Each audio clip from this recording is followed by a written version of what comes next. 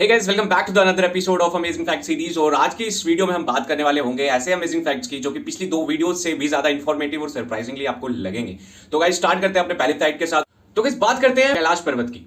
कैलाश पर्वत पे आपने सुना होगा कि आज तक कोई चढ़ नहीं पाया। एक ऐसे साधु का नाम बताने वाला हूं जो कि कैलाश पर्वत पे चढ़ भी चुके हैं और वहां से जिंदा वापस भी आ चुके हैं। तो गाइस कौन है वो व्यक्ति, कौन है वो साधु जो माउंट कैलाश या कैलाश पर्वत पे चढ़ चुके हैं? तो उनके बारे में जानते हैं। तिब्बतियन फोकलोर के अकॉर्डिंग एक बुद्धिस्ट मॉन्क थे मिलारेप्पा नाम के। वो 11वीं सेंचुरी सीई में माउंट कैलाश या फिर कैलाश पर्वत पे चढ़ चुके हैं और वहां से जिंदा वापस आ चुके हैं, जो कि शायद ही किसी ने पहली बार करा है और शायद ही वो आखिरी बार है। उसके बाद ऐसा नहीं होगा।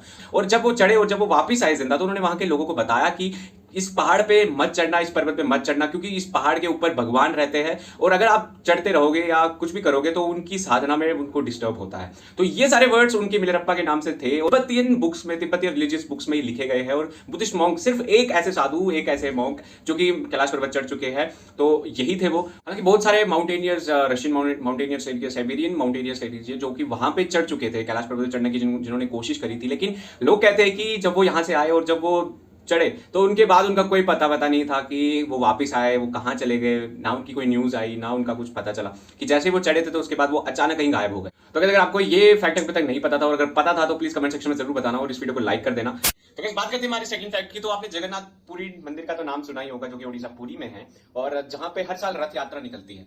लेकिन उस मंदिर की एक और खास बात है कि उसमें हिंदुओं के अलावा और कोई नहीं जा सकता। लेकिन भगवान जगन्नाथ का एक ऐसा भक्त भी है जो कि मुस्लिम है और उसी के लिए हर साल जगन्नाथ स्वामी जी अपने मंदिर के बाहर आते हैं और उनसे मिलते हैं, जिन्हें हम रथ यात्रा के रूप में मनाते हैं। उन भक्त का नाम है सालबेग। सालबेग नाम के एक ऐसे मुस्लिम डिवोटी थे उनके, जो कि हमेशा उनकी पूजा करते थे एज अ कवि।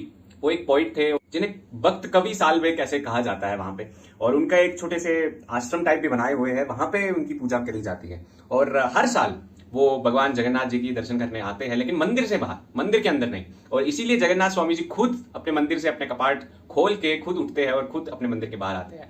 एक और इस मंदिर की खास बात है कि जगन्नाथ स्वामी जी जब रथ यात्रा में बाहर निकलते हैं तो वो अपनी मर्जी से चलते हैं। अगर आप उन्हें खींचेंगे तो वो नहीं चलेंगे, अगर आप उन्हें दबाएंगे या 1000 हाथी भी लेकर आए तो भी नहीं वो हिलेंगे। जब उनका मन होगा वो खुद ब खुद चल के अपनी जगह पे रुक जाएंगे और खुद ब खुद चल के ही वापस अपने मंदिर तक भी आएंगे। आपको कुछ नहीं करना, वो खुद ब खुद चल। तो एक बार एक रथ यात्रा में जब सालबेग पुरी में नहीं थे, ये बहुत ही पुरानी कहानी है, तो सालबेग पुरी में नहीं थे, तो लेकिन जगन्नाथ स्वामी जी को सालबेग को दर्शन देने थे और सालबेग किसी कारणवश पुरी से बाहर थे और आने में उनको 8 दिन लग गए। तो 8वें दिन तक रथ यात्रा जो थी वो पूरी के मंदिर के बाहर ही खड़ी रही। जगन्नाथ स्वामी जी वहां से हिले ही नहीं। लेकिन जिस 9वें दिन सालबेग जब पूरी वापस आए, जब उन्होंने दर्शन करे, तो जगन्नाथ स्वामी जी खुद उठे और अपने मंदिर में प्रवेश करा। तो ऐसे ही बड़ी सारी अमेजिंग स्टोरीज है इस कहानी को लेके, कॉन्सेप्ट को लेके, तो वो भी कभी डिस्कस करेंगे। तो ये थे हमारे फैक्ट नंबर 2। तो जब फैक्ट नंबर 3 की बात करते हैं तो महाभारत के ऐसे पात्र जो कि महाभारत के पूरे युद्ध को सिर्फ 1 मिनट में खत्म कर सकते थे, लेकिन वो महाभारत के इस युद्ध में पार्ट ही नहीं ले रहे थे। पार्ट अगर वो ले लेते तो महाभारत का युद्ध 18 दिन नहीं चलता, महाभारत का युद्ध सिर्फ और सिर्फ 1 मिनट में खत्म हो जाता। इतनी शक्तिशाली वो थे। तो मैं बात करने वाला हूं बार्बरिक जी की, जिनका सर श्री कृष्ण जी ने महाभारत युद्ध से पहले ही मांग लिया और ये कह के लिया कि महाभारत के युद्ध से, इतने बड़े महान युद्ध से, धर्म के युद्ध से पहले एक क्षत्रिय का सर चाहिए जो कि एक बलि के रूप में हमें देना है। तो बर्बरिक जी ने अपना सर काट के उस टाइम श्री कृष्ण जी को दिया था। तो इसीलिए वो महाभारत का युद्ध जो था उसमें वो भाग नहीं ले पाए। और आजकल हम इन बर्बरिक जी को खाटू श्याम जी के नाम से जानते हैं, जो कि राजस्थान में एक खाटू नाम का गांव है, वहां पे स्थित है इनका आश्रम। और वहां पे हर दिन लाखों भक्त आके इनके दर्शन करते हैं और खासकर एकादशी के दिन। तो आपको लग रहा होगा कि आज थोड़ा धर्म के ऊपर मैं ज्यादा फैक्ट्स ला रहा हूं, लेकिन ऐसा नहीं है। तो आज के इस 4th फैक्ट पे बात करते हैं हम बिग बॉस की। तो बिग बॉस देखते ही होंगे, आपके फैमिली में तो देखते ही होगा, कोई ना कोई तो देखता ही होगा। तो अगर आप बिग बॉस देखते हैं तो क्या आपको पता है कि बिग बॉस के पीछे की जो वॉइस है वो कौन देता है? अतुल कपूर जी और विजय विक्रम सिंह जी, इन दोनों की आवाज को लिया गया था बिग बॉस में। और आज भी अगर आप देखेंगे तो अतुल कुमार जी आपको बहुत सारे ऐसे सेंटेंस में दिखेंगे कि काफी सारे सेलिब्रिटीज की मिमिक्री करते थे, मिमिक्री आर्टिस्ट है। तो बिग बॉस की आवाज में आपने इन्हीं को सुना है और इन्हीं को सुनते आएंगे।